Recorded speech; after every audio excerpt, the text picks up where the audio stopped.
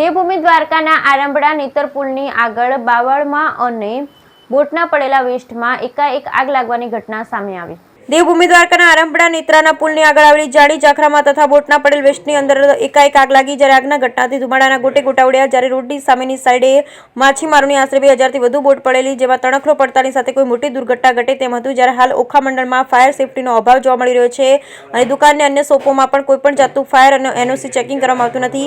જ્યારે નગરપાલિકા ફાયર સ્ટાફનો પણ અભાવ જોવા મળી રહ્યો છે। જ્યારે જો કોઈ મોટી દુર્ઘટના ઘટે તો આમાં જવાબદાર કોણ તે હવે જોવાનું રહ્યું। સરકાર દ્વારા પણ આના ઉપર કોઈ આકરા પગલાં લેવામાં આવતા નથી અને અવારનવાર આવી આગની દુર્ઘટનામાં ટાટા કેમિકલ ફાયર સ્ટાફ આશીર્વાદરૂપ છે। Bureau report Lalit Shingada, Devbhumi Dwarka.